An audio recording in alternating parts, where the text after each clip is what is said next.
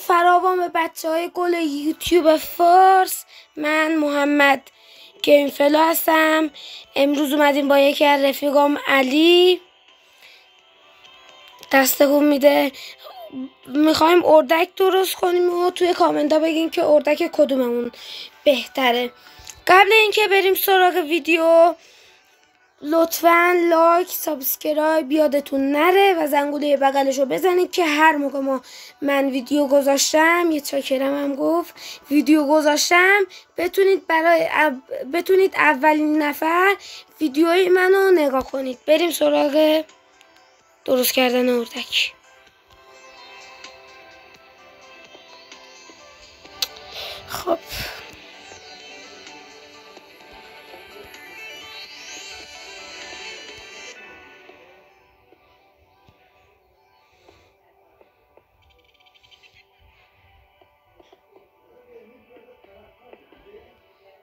خب اینم از زیره اردک.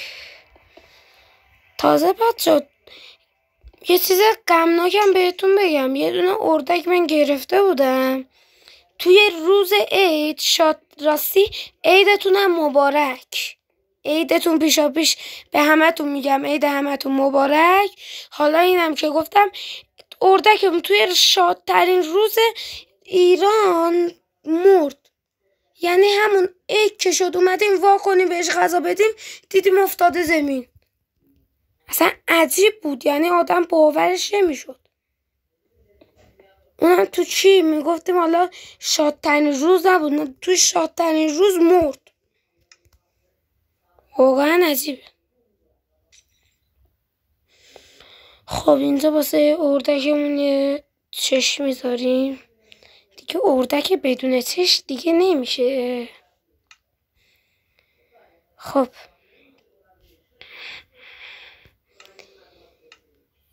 نارنجی اینجا ندارید؟ نارنجی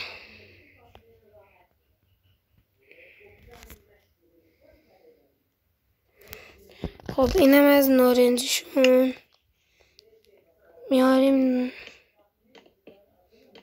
چه اردکی شد. برو اون ور علی، کم ندیدی.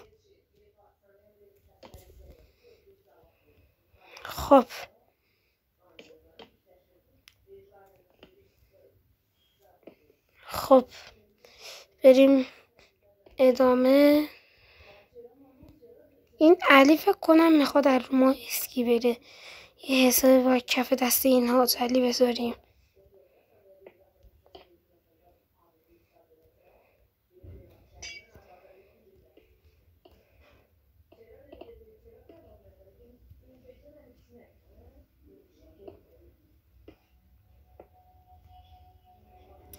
اینجا نذاشیم.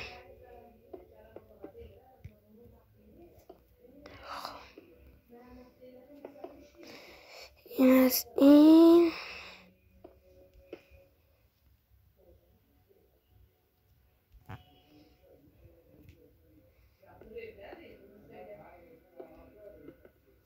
خب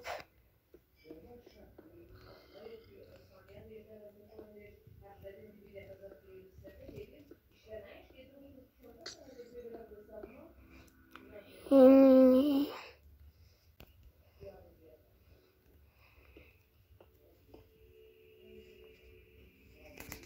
خب یا عبفز داداش علی این چیه درست کردی؟ بچه ها قبول ندارید انگار اردک کردید لاستیک از روش رد شده چشاش رفته تو.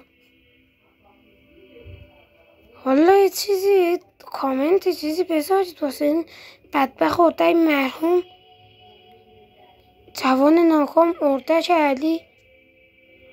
علی بیچارون بدبخت چه گناهی کرده؟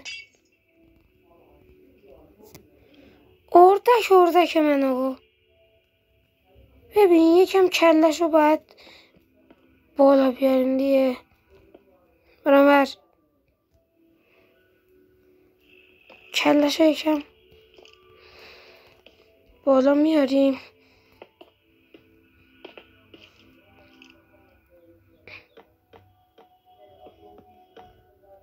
خب این از اردک من. خدا وکیلی. ببینید اردک من بهتره یا این اردک علی آقا؟ کدومش بهتره؟ ها؟ حالا پاسه من یه دونه دم نذاشتیم. خب دم نذاشتیم، بیا اینم دم بش.